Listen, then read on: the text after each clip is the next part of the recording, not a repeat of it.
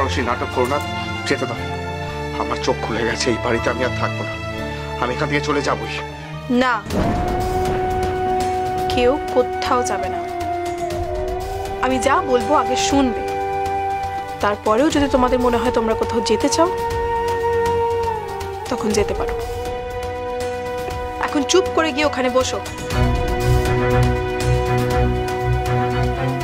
কি হলো, আমার কথা কানে যাচ্ছে না? যাও।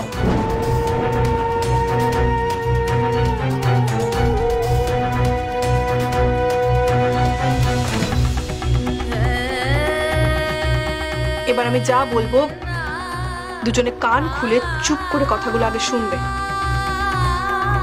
আরে কি বলবে তাড়াতাড়ি বলো না, নাটক করছো কেন? নিজেই তো আরতিকে বেরিয়ে যেতে বলছো। আবার আমার কথার মাঝখানে কথা বলছো?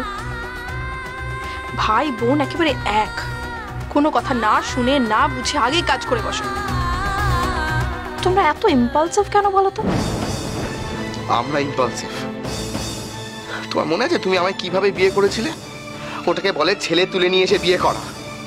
যখন তুমি বিয়ে করে নিয়ে এসেছিলে মনে আছে, তখন এই বাড়িটার কি অবস্থা ছিল না? খাট বিছানা আসবাব কিচ্ছু ছিল না। এক কথায় এক রাতের মধ্যে ওই বাড়ি ছেড়ে আমি চলে এসেছিলাম। হ্যাঁ, আমি চলে এসেছিলাম বলে আমার বাড়ির লোকেরা কত কষ্ট পেয়েছিল তুমি জানো? সেই কষ্টে আরতি পর্যন্ত বাড়ি ছেড়ে চলে গেল। আর তুমি আমায় তখন বলেছিলে জীবন আমার পরীক্ষা নিচ্ছে, নিজের লক্ষ্যে স্থির থাকতে পারে। নিখুঁজি করেছে তোমার লক্ষ্যে। আরে আশেপাশে মানুষেরা, কাছের মানুষেরা যদি এরকম ভেসে যায় তাহলে সেই উন্নতি নিয়ে আমি কি করবো বলো তো? তুমি যেমন বলেছো আমি ঠিক তেমন করেছি, তোমার হাতের পুতুল হয়ে থেকেছি। তোমাকে সত্যি ভগবানের মতো মেনেছি সরসী। তুমি বাকিদেরকে দেখো, কেউ তাদের বউকে এরম ভাবে মাথায় তুলে রাখে না যেভাবে আমি তোমাকে রেখেছি। আর তার মর্যাদা তুমি এই দিলে। আমার বোন এই বাড়িতে একটু আশ্রয় নিতে চাইছে আর তুমি তাকে। এবার আমি এক এক করে উত্তর দিই কেমন? প্রথমত, আমি তোমাকে যেভাবে বিয়ে করেছি সেটাকে হঠকারিতা বলে না, সেটাকে বলে খুব তাড়াতাড়ি ঠান্ডা মাথায় সিদ্ধান্ত নেওয়া। আর সেটা ঠিক তখনই করা যায় যখন মানুষটা জানে যে সে ঠিক কি করতে চলেছে, এরপরে কি হবে আর সে কতটা পারবে। আমি আগে বাড়িটা ভাড়া নিয়েছিলাম, তারপরে ম্যারেজ রেজিস্টারকে ডেকেছিলাম। আর আমি আমার নিজের সাধ্য মতন একটু একটু করে সংসারটা গুছিয়েছি, নিজের সমস্ত সেভিংস একবারে ঢেলে দিইনি।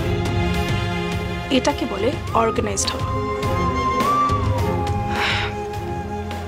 আর দ্বিতীয়ত, আরতির চিঠি পেয়ে আমরা কেউ কিছু করতে পারিনি, তার কারণ ও তো চিঠিতে লিখেই দিয়েছিল যে ও বিয়ে করতে চলেছে, আর কার সাথে করছে সেটাও জানতে দিতে চায় না।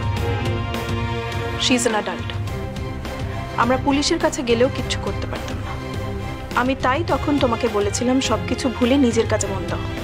এটাকে বলে বিপদের সময় মাথা ঠান্ডা রাখা।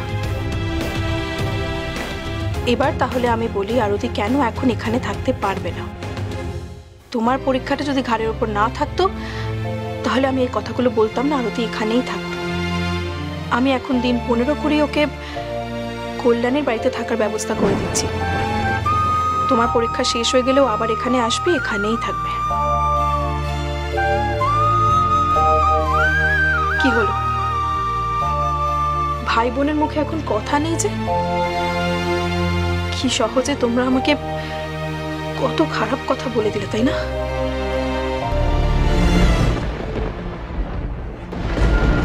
বসুর 3 ভুবনের পারে, সোম থেকে শনি সন্ধে 7:30টায় আকাশ 8-এ।